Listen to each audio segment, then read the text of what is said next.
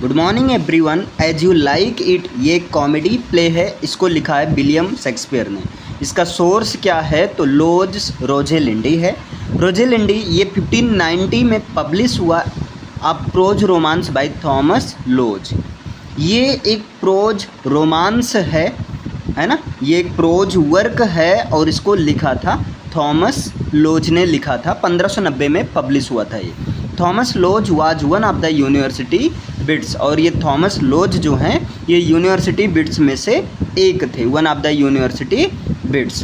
There are as you like it is a pastoral comedy play. देखिए ये क्या है, पेस्टोरल कॉमेडी प्ले है। पेस्टोरल कॉमेडी प्ले का मतलब इसमें जो सीन होती हैं वो फाइनली फॉरेस्ट में होती हैं। There are large number of songs in this play. इस प्ले में लार्ज नंबर ऑफ सॉन्ग्स हैं, डिफरेंट टाइप के सॉन्ग्स भी हैं, और ये 5 एक्ट का प्ले है। इसकी सेटिंग 2 जगह हैं, पहले तो फ्रांस में है और फ्रांस के बाद ये फॉरेस्ट में शिफ्ट हो जाती है। और कौन से फॉरेस्ट में, तो फॉरेस्ट ऑफ आर्डेन में। बिकॉज ऑफ दिस इसको पेस्टोरल कॉमेडी प्ले कहा जाता है। The play as you like it begins in France. देखिए ये प्ले शुरुआत तो होता है फ्रांस में, but quickly shifts the action to the forest of garden. लेकिन जल्द ही इस प्ले का एक्शन जो है फॉरेस्ट ऑफ गार्डन में जो है शिफ्ट हो जाता है। क्लियर है। इसमें जो मेल प्रोटोगोनिस्ट हैं ऑरलैंडो हैं और फीमेल प्रोटोगोनिस्ट कौन है, रोजालिंड। याद रखिएगा, मेल प्रोटोगोनिस्ट ऑरलैंडो और फीमेल प्रोटोगोनिस्ट रोजालिंड। अब यहाँ कैरेक्टर लिस्ट की बात किया जाए तो रोजेलिंड है जो कि फीमेल प्रोटोगोनिस्ट है, ऑरलैंडो है ना, ऑरलैंडो ये जो है मेल प्रोटोगोनिस्ट हैं, ड्यूक सीनियर जैक्विस है ना, ये जैक्विस जो हैं ये मेलांकनिक फिलोसफर हैं, और टच स्टोन जो कि क्लाउन है, सिल्वियस है, सीलिया है ना, Oliver, Duke Frederick, Sir Rowland de Boys, ये ओलिवर और ऑरलैंडो के फादर हैं। इसके बाद में फोएबी हैं, ऑड्री हैं, विलियम हैं, और चार्ल्स जो कि कोर्ट रेसलर होता है, कोरिन है, एमीन्स है, और जो है लाइनस है, एलाइना है, और इसके बाद में आपका गैनीमेड है, और यहाँ पर एक नौकर भी है एडम्स जो कि ऑरलैंडो का जो है फेथफुल सर्वेंट होता है। तो ये कैरेक्टर लिस्ट है ना। एक तरह से कैरेक्टर के नाम आपने देखा है, Rosalind, Orlando, Duke Senior Jaques, Touchstone, Silvius, Celia, Oliver, Duke Frederick, Sir Rowland de Boys, Phoebe, Audrey, William, Charles, Corin, Amiens, Linus, Aliena, Ganymede और एडम्स। अब इसमें देखिए होता क्या, Sir Rowland de Boys has recently died. देखिए Sir Rowland de Boys का अभी हाल फिलहाल में डेथ हो गई है, इनकी मृत्यु हो गई है, leaving behind sons Oliver and Orlando. Clear है। और इनके बेटे ओलिवर और ऑरलैंडो हैं। ठीक, आगे देखिए, since Oliver is the eldest son, जैसा कि ओलिवर जो है ये सबसे बड़ा बेटा है।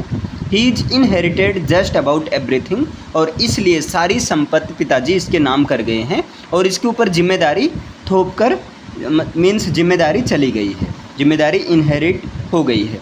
This includes the responsibility of making sure his little brother finishes school and continues to live the kind of life style. और ये चीज़ ये इंक्लूड करता है कि अब जो है ओलिवर के ऊपर उनके छोटे भाइयों का, स्कूल का, और जो है बाकी लाइफ स्टाइल का पूरी रिस्पॉन्सिबिलिटी आ गई है।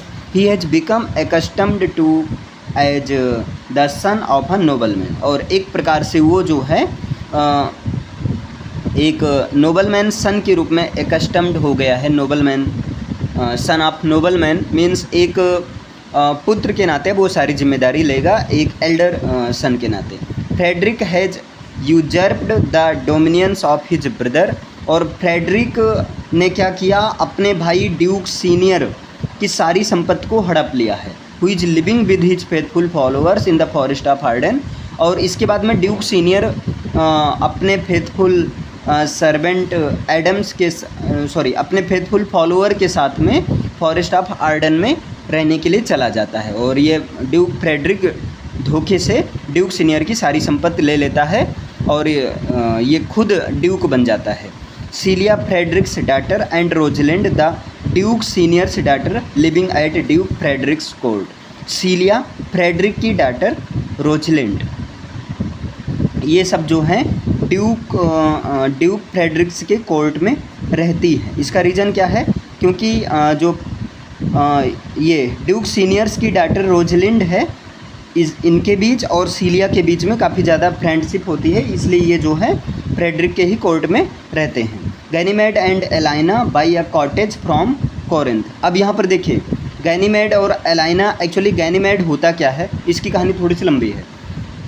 ओरलैंडो एक बार फाइट करता है चार्ल्स से। जब ओरलैंडो चार्ल्स से फाइट करता है तो उस समय ओरलैंडो चार्ल्स को हरा देता है, और जब ओरलैंडो चार्ल्स को हरा देता है तो उसके बाद में रोजेलिंड जो है ओरलैंडो को प्रपोज कर देती है ना। और ये सब देखकर ड्यूक फ्रेडरिक बहुत गुस्सा हो जाते हैं और वो रोजेलिंड को घर से निकाल देते हैं। तो रोजेलिंड जब घर से निकलती है तो इसके साथ में सीलिया भी निकल जाती है। तो रोजेलिंड जो है गैनीमेड एक शेफर्ड के रूप में अपना रूप चेंज करती है, और सीलिया जो है ये एलाइना के रूप में अपना रूप चेंज कर लेती है। और जब ये फॉरेस्ट ऑफ गार्डन में जाती हैं तो वहाँ पर कोरिंथ से जो एक कॉटेज खरीदती हैं, है ना। और शुरुआत में